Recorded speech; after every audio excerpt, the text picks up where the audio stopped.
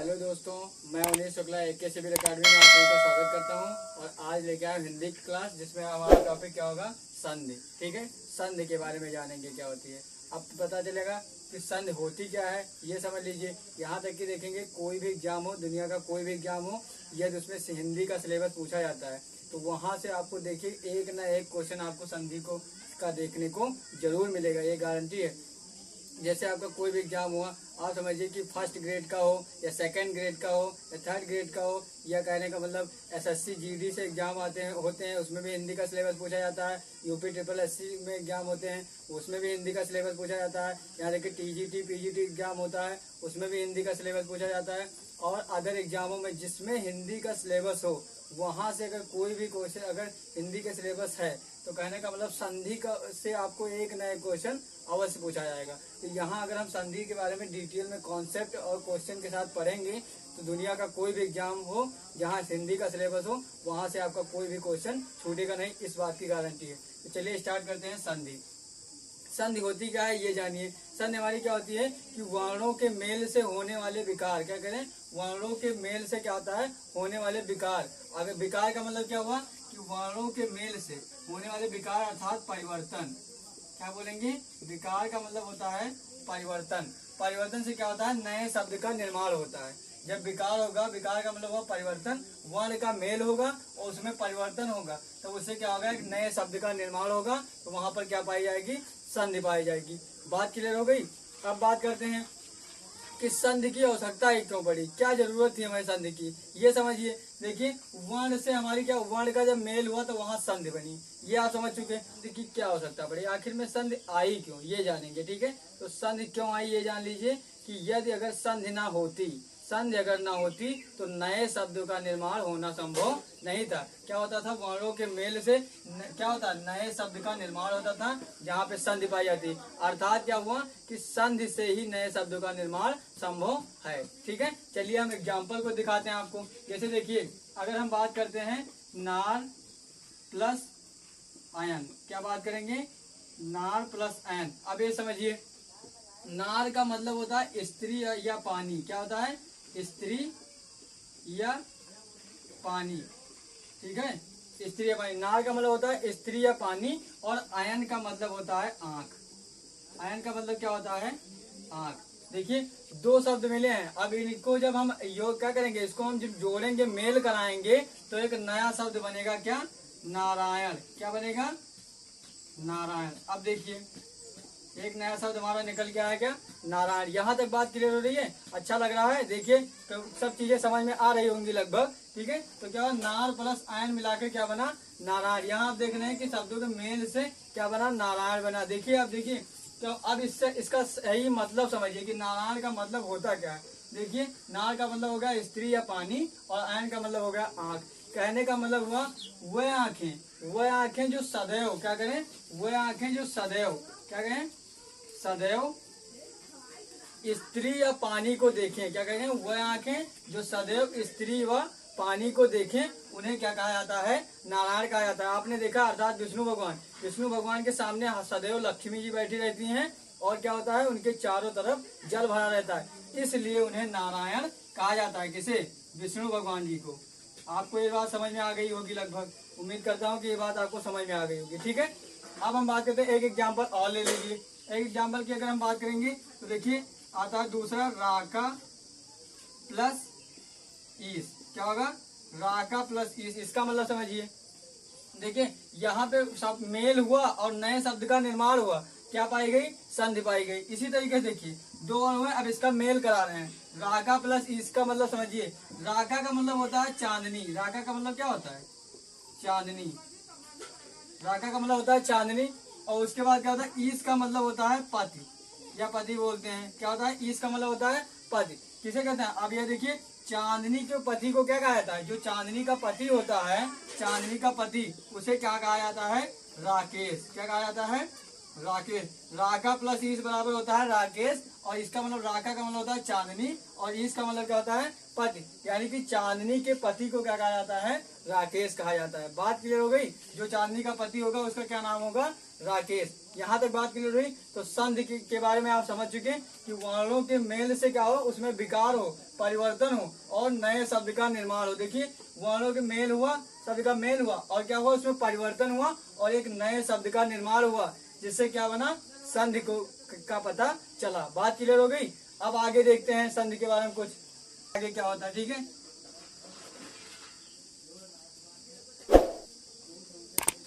यहाँ तक आपको लगभग क्लियर हो चुका होगा सारी चीजें कि संधि क्या होती है और कैसे बनती है, ये समझ लीजिए।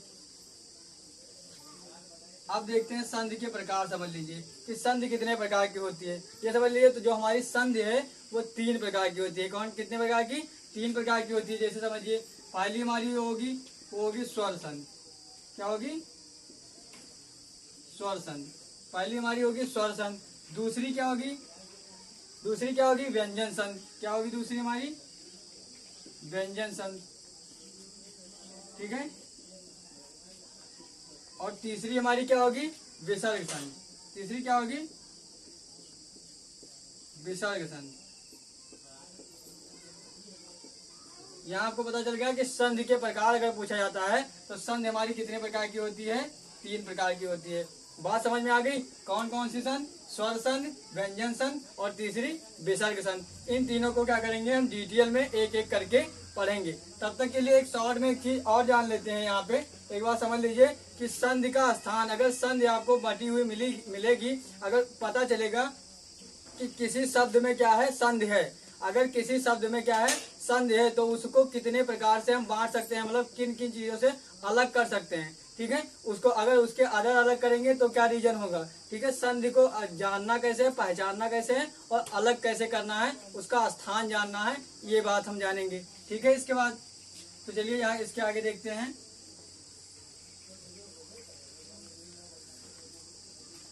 इसके देखिए अब संधि का स्थान देखते हैं। संधि का स्थान, अगर बात करते हैं कि संधि का स्थान कैसे पता करेंगे। संधि का स्थान,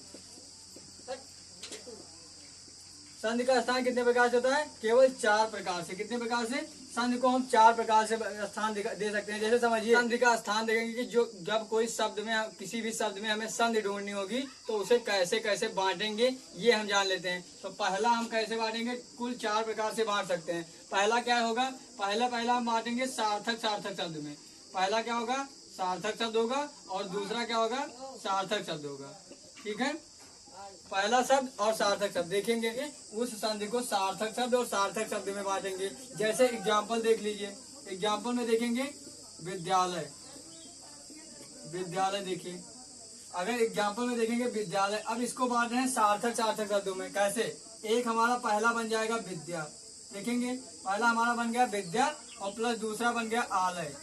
देखेंगे दोनों सार्थक शब्द है, मतलब दोनों शब्दों का क्या है, एक अर्थ है, सार्थक अर्थ को प्रकट करते हैं। विद्या भी एक सार्थक शब्द है और आलय यानी कि निवास या घर कह सकते हैं। क्या कहेंगे, घर यानी निवास। ठीक है, ये बात क्लियर हो गई। विद्या और आलय दोनों क्या है, एक सार्थक सार्थक शब्द है। दूसरा देखेंगे, दूसरा जो हमारा बनेगा, देखेंगे दूसरा बनेगा हमारा सार्थक और क्या बनेगा, प्रत्यय। क्या बनेगा, सार्थक और प्रत्यय। देखेंगे सार्थक और प्रत्यय, सार्थक और प्रत्यय बनेगा। कहने का मतलब जब संधि को शब्द को बांटेंगे तो पहला सार्थक शब्द में बांट सकते हैं और दूसरा प्रत्यय शब्द में बांट सकते हैं। ये समझिए क्या होगा। अब इसका एग्जाम्पल हमने ले लिया, क्या होगा, श्रद्धालु। अगर मैंने इसका एग्जाम्पल ले लिया श्रद्धालु, अब देखिए पहला हमारा बनेगा जो होगा सार्थक शब्द, यानी कि देखिए श्रद्धा, इसका सार्थक, श्रद्धा का क्या है, सार्थक शब्द है, इसका अर्थ में इसको किसी की आवश्यकता नहीं है। दूसरा जो हमारा बनेगा वो हमारा बनेगा आलू। क्या बनेगा, आलू। आलू क्या होता है, प्रत्यय होता है। प्रत्यय हुए होते हैं, यहाँ शॉर्ट में समझ लीजिए कि प्रत्यय उन्हें कहा जाता है जो शब्द के अंत में लगकर एक नया शब्द बनाते हैं। ठीक है, उसे प्रत्यय कहा जाता है। इसको डिटेल में पढ़ेंगे। यहाँ समझ लीजिए, देखिए शब्द के क्या है, अंत में लगा है और एक नया शब्द बनाया है। ठीक है, तो ये हो गया प्रत्यय। तीसरा देखेंगे, तीसरा जो हमारा होगा वो होगा उपसर्ग। क्या होगा, उपसर्ग प्लस सार्थक। क्या होगा, उपसर्ग प्लस सार्थक। इसको कैसे देखेंगे, तीसरा जब हम बांटेंगे किसी शब्द को संधि निकालने के लिए तो पहला हमारा उपसर्ग बनना चाहिए और दूसरा क्या बनना चाहिए, सार्थक शब्द बनना चाहिए, ये समझिए। तो इसके लिए क्या होगा, एक बन गया, आपको एग्जाम्पल ले लेते हैं प्रत्येक। क्या होता है, प्रत्येक को अगर हम बांटिए, इसमें संधि बांटिए, कैसे बांटेंगे, देखिए बांटे। एक होता है प्रति, क्या बनेगा, प्रति। प्रति हमारा क्या है, उपसर्ग। प्रति अगर किसी शब्द में जोड़ा जाए तो क्या होता है, उसमें उस पर उपसर्ग लग के एक नया शब्द बनता है। और इसके बाद बचा क्या, प्लस बचा एक, क्या बच गया, एक। और एक हमारा एक संख्या है, यानी सार्थक शब्द है, ठीक है। तो ये तीसरा टाइप हमारा क्या बन गया, उपसर्ग प्लस सार्थक। चौथा देखेंगे, चौथा हमारा हो गया कौन सा, उपसर्ग प्लस प्रत्यय। अगर संधि को देखने के लिए अगर हम बांटते हैं शब्द को, तो चौथे टाइप में क्या बांटेंगे, उपसर्ग प्लस प्रत्यय, ठीक है। उपसर्ग प्लस प्रत्यय हो गया। देखेंगे एक चौथा देखते हैं, चौथा क्या होगा हमारा, उपसर्ग और प्रत्यय। यानी कि जब चौथा संधि को बांटने के लिए, मतलब शब्द को बांटेंगे संधि को निकालने के लिए, तो चौथा क्या बांटेंगे, उपसर्ग, और पहला दूसरा क्या हो जाएगा, प्रत्यय। देखिए अतियु, अतियु में क्या हो गया, अति और प्लस यू, क्या होगा, अति और प्लस यू। देखेंगे अति हमारा उपसर्ग है क्योंकि शब्द के पहले लगा है, और यू हमारा प्रत्यय है जो शब्द के क्या है, अंत में लगा है। तो इस तरीके से देखिए 4 टाइप के हैं, देखिए 4 टाइप के हैं। जब हमें किसी शब्द में क्या होता है, संधि निकालना होगा, तो हम शब्दों को कैसे तोड़ेंगे, केवल इन्हीं 4 तरीकों से शब्द को तोड़ेंगे।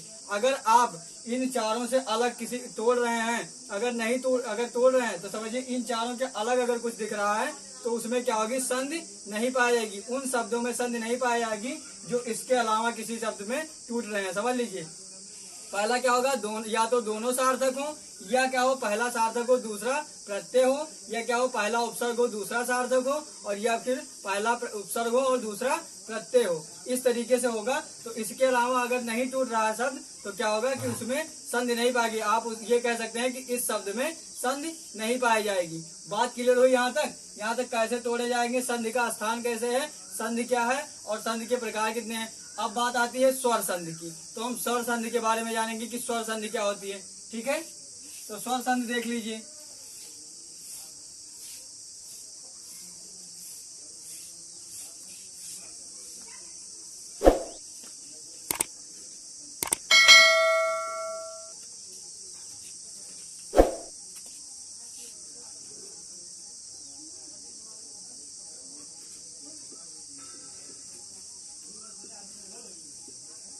देखेंगे कि स्वर संधि क्या होती है, ये समझ लीजिए क्या होता है। अगर स्वर संधि की बात करते हैं तो ये समझिए कि स्वरों का स्वरों से मेल करने पर जो विकार यानी परिवर्तन उत्पन्न होता है, उसे क्या कहा जाता है, स्वर संधि कहा जाता है। बात क्लियर हो गई कि स्वरों में क्या होता है, मेल होने से जो विकार यानी परिवर्तन उत्पन्न हो, वहां पर कौन सी संधि पाई जाती है, स्वर संधि पाई जाती है। ये क्लियर होगा। चलिए लिख के दिखा देते हैं।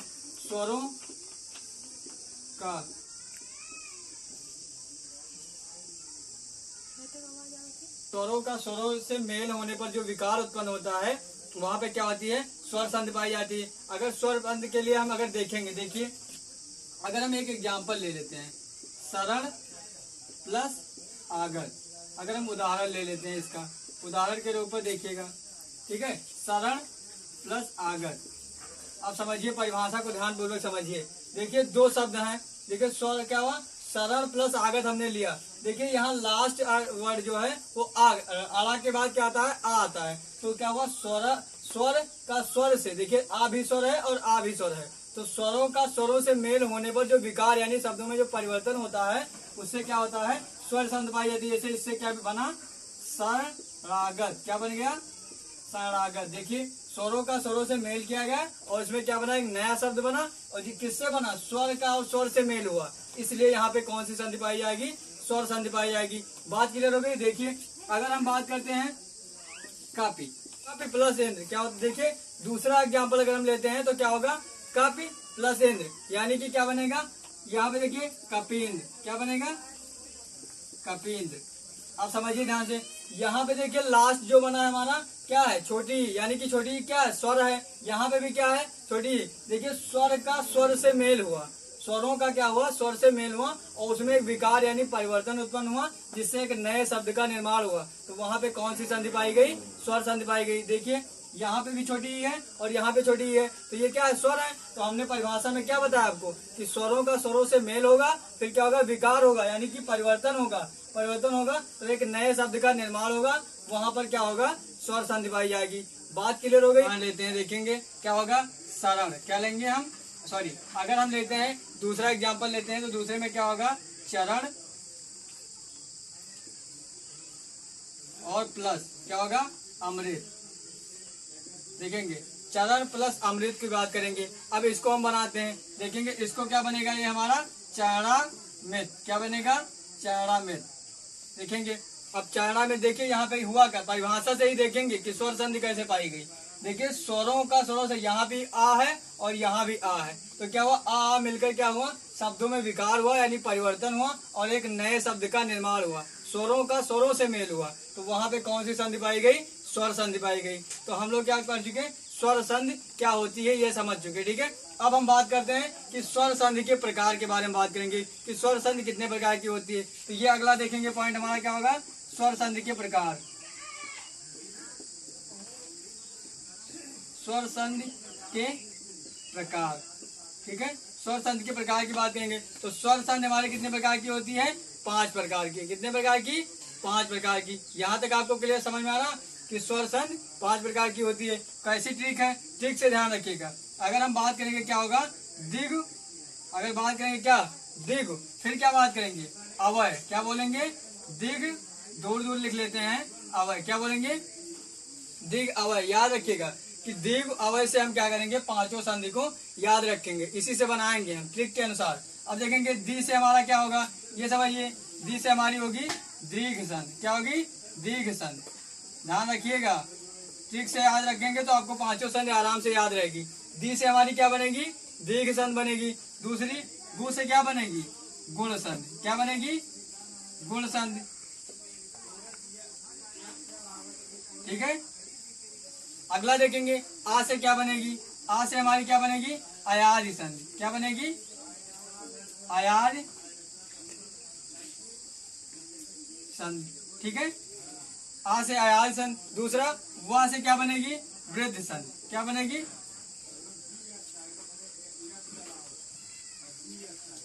वृद्ध संधि। ठीक है, और या से अंत में हमारी कौन सी बनेगी, यड़ संधि। कौन सी होगी हमारी, यड़ संधि। ठीक है, ये बात क्लियर हो गई कि संधि के प्रकार कितने होते हैं। तो संधि कितने, स्वर संधि के प्रकार कितने में होते हैं, 5 प्रकार की होती हैं। कौन कौन सी संधि होती हैं, अगर ट्रिक के अनुसार देखेंगे, ट्रिक, ये आपकी ट्रिक है जिससे आप इन चीजों को याद रखेंगे। दीर्घ अवय के बाद अगर याद करेंगे तो पांचों आपके नाम याद रहेंगे। दी से हो जाएगी दीर्घ संधि, तथा गु से हो जाएगी गुण संधि, और आ से हो जाएगी अयाज संधि, वा से वृद्ध संधि, और या से यड़ संधि। इस तरीके से क्या होगी, आपको पांचों संधि बड़े आराम से तैयार हो जाएगी। ठीक है, आगे देखते हैं। अब कुछ चीजें बताएगी। आज हमने क्या पढ़ा, आज का टॉपिक हम यहीं समाप्त करते हैं। और आज हमने क्या क्या पढ़ा एक बार फिर से रिपीट करते हैं शॉर्ट में। क्या होगा, वर्णों का वर्णों से मेल होने पर जो क्या होता है, विकार होता है, और उस विकार से एक नए शब्द का निर्माण होता है, जिसे क्या कहा जाता है, संधि कहा जाता है। यहाँ ये बात हुई। उसके बाद क्या हुआ, हमने एग्जाम्पल दिया और ये बताया कि संधि